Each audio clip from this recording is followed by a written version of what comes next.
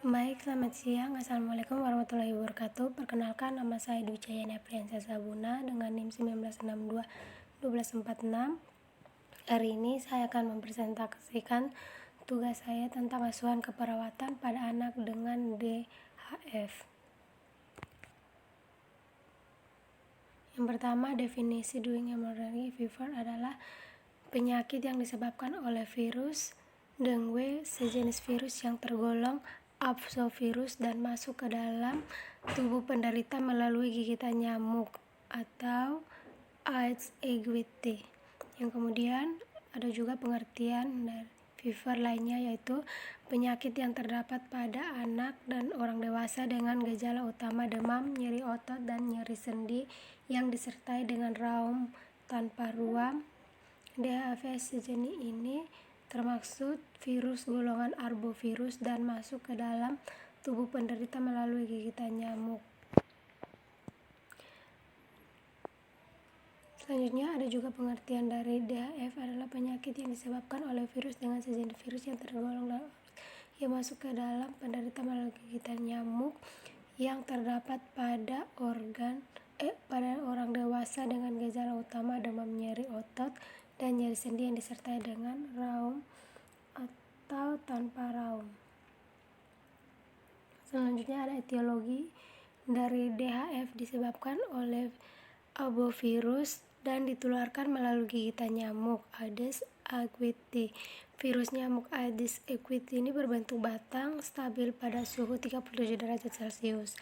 Adapun ciri-ciri penyebaran demam berdarah menurut Nur Salam 2008, yang pertama, badan kecil warna hitam dengan berbintik putih. Yang kedua, ada hidup di dalam dan di sekitar rumah. Yang ketiga, ada menggigit dan menghisap darah pada waktu siang hari. Kemudian senang hingga pada pakaian yang bergantung di dalam kamar. Yang ketiga, yang terakhir, bersenang-senang bertelur di genangan air jernih di dalam dan di sekitar rumah, bak mandi, tempayan vas bunga juga. Selanjutnya ada patofisiologi dari virus dengue, itu masuk ke dalam tubuh melalui gigitan nyamuk Aedes aegypti, di mana virus tersebut akan masuk ke dalam aliran darah, maka terjadilah viremia atau virus masuk ke dalam aliran darah. Kemudian akan bereaksi dengan antibodi dan berbentuk kompleks. Virus antibodi yang tinggi, akibatnya terjadilah peningkatan permeabilitas pembuluh darah karena reaksi imunologi. Virus yang masuk ke dalam pembuluh darah dan menyebabkan peradangan pada pembuluh darah vaskuler atau terjadi vesikulitis,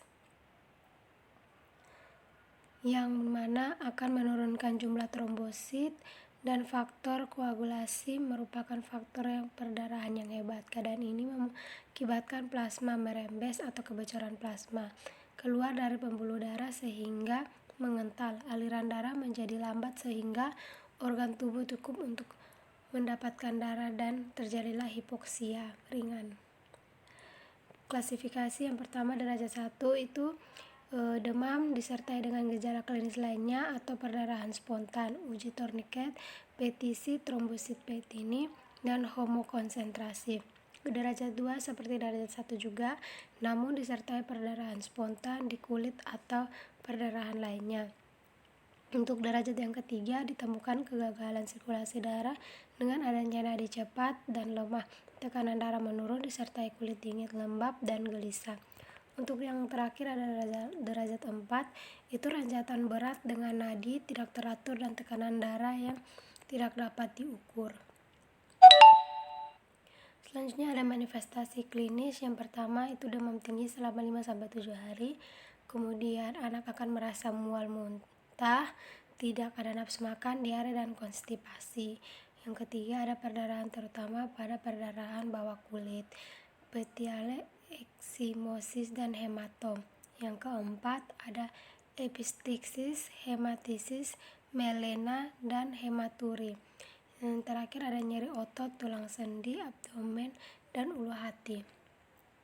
Ada juga sakit kepala, kemudian terjadi pembengkakan di sekitar mata, kemudian pembesaran hati, limfa, dan kelenjar getah bening. Kemudian tanda-tanda rajatan atau sianosis kulit lembab dan dingin, tekanan darah menurun, gelisah, capillary refill lebih dari 2 detik, kemudian nadi cepat dan lemah.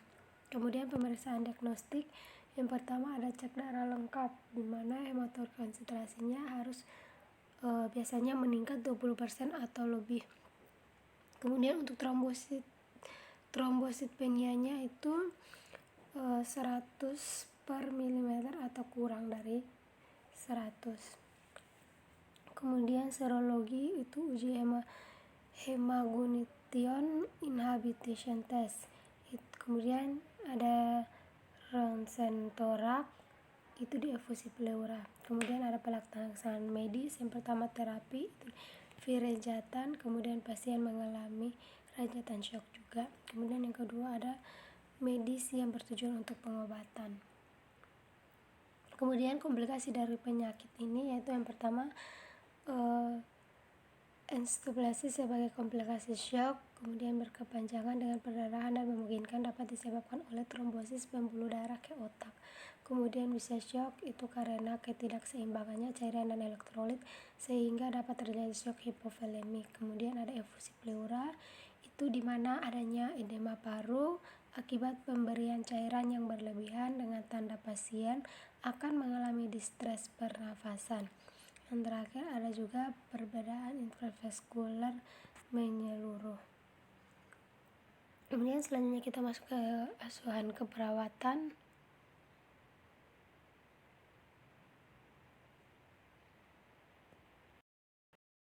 Selanjutnya kita masuk ke asuhan keperawatan. Yang pertama identitas pasien.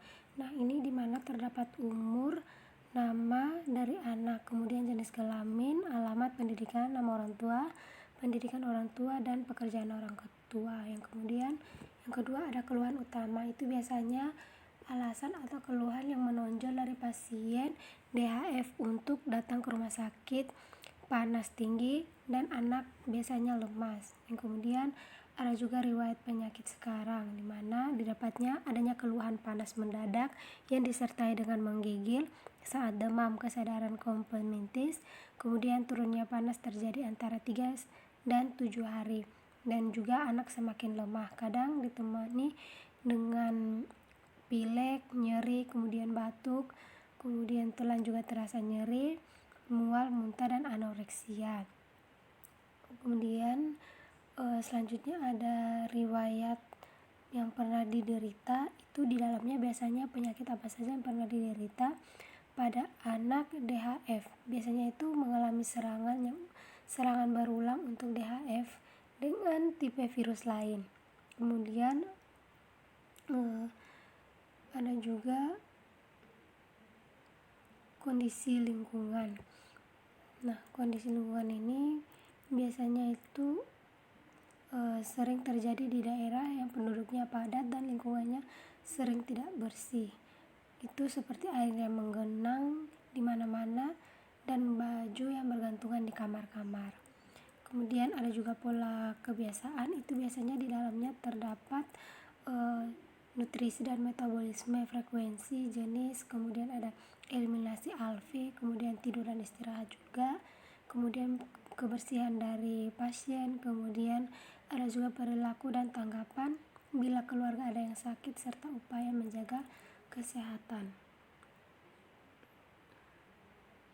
Selanjutnya ada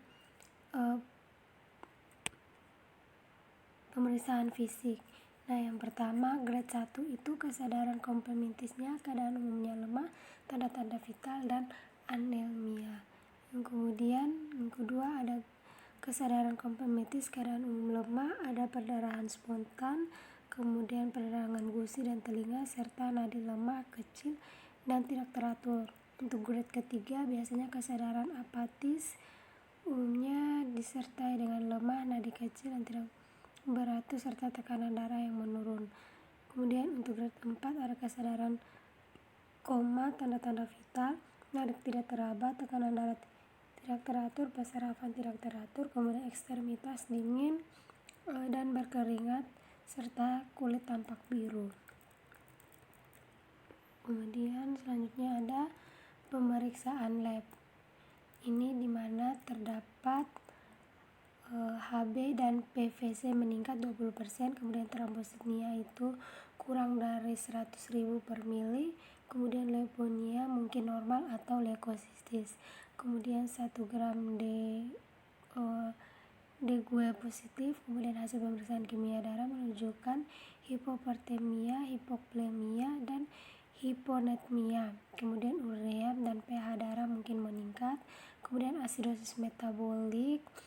Untuk PCO2-nya kurang dari 35-40 mmHg dan HCO3-nya itu biasanya rendah. Kemudian SGOT atau SGPT itu mungkin juga bisa meningkat. Kemudian ada diagnosa keperawatan, volume cairan dan volume kebutuhan. Yang pertama, volume cairan kurang dari kebutuhan tubuh berhubungan dengan peningkatan permeabilitas kapiler, mual muntah, dan demam. Kemudian gangguan pemenuhan kebutuhan nutrisi kurang dari kebutuhan, dan yang terakhir ada resiko peningkatan suhu tubuh. Nah, kita lihat yang pertama ini, untuk intervensi dari diagnosa yang pertama itu biasanya tujuannya untuk gangguan volumenya dapat teratasi. Kriteria hasilnya yaitu volume cairan perlahan-lahan teratasi, anak tidak muntah-muntah lagi, dan mukosa bibir kembali normal. Untuk intervensi diagnosa yang pertama itu biasanya kaji tanda-tanda vital setiap 4 jam. Rasionalnya yaitu untuk mengetahui atau memantau keadaan umum klien, kemudian monitor tanda-tanda meningkatnya kekurangan cairan. Itu biasanya turgo, dan kita lihat tidak adanya elastisitas, kemudian hubungan cekung dan produksi urin meningkat. Rasionalnya untuk mengetahui tingkat dehidrasi dan intervensi lanjut. Kemudian observasi dan catat intake dan outputnya. Untuk rasionalnya untuk mengetahui keseimbangan cairan dan elektrolit atau balance cairan. Kemudian yang kedua itu ada gangguan pemenuhan nutrisi kurang dari kebutuhan berhubungan dengan anoreksia. Itu untuk diagnosa yang kedua ini itu gangguan pemenuhan kebutuhan nutrisi kurang dari kebutuhan tubuh itu dengan anoreksia. Itu untuk intervensi tujuannya anoreksia dan kebutuhan nutrisi dapat terasi. Kriteria hasilnya berat badan stabil dalam batas normal dan tidak ada mual muntah. Untuk intervensi diagnosa yang kedua itu biasanya kita mengkaji mual muntah, sakit saat menelan, dan yang dialami pasien. Rasionalnya untuk menetapkan cara mengatasinya. Kemudian yang kedua, berikan makanan yang mudah ditelan seperti bubur untuk dihidangkan yang masih hangat.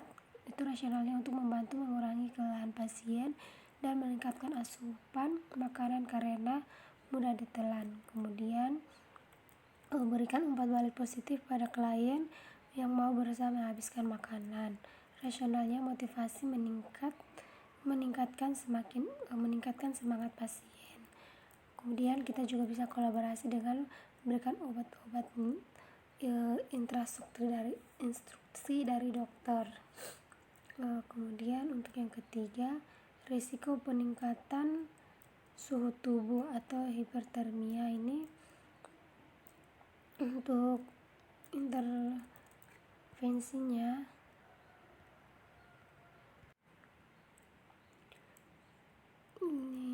tujuannya hipertermia dapat teratasi. Kriteria hasil suhu tubuh dalam batas normal yaitu 36 sampai 37 derajat.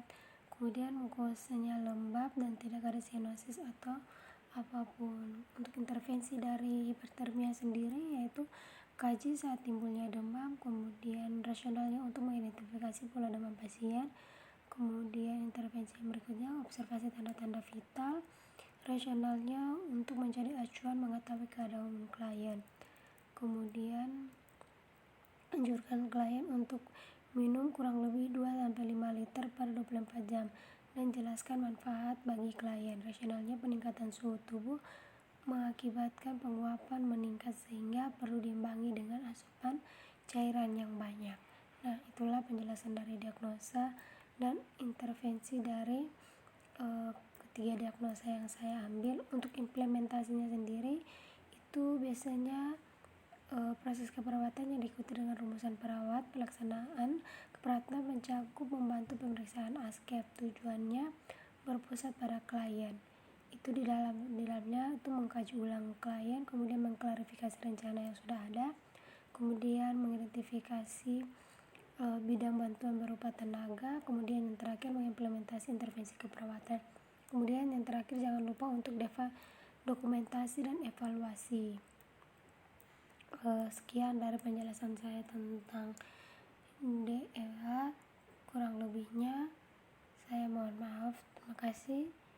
Assalamualaikum warahmatullahi wabarakatuh.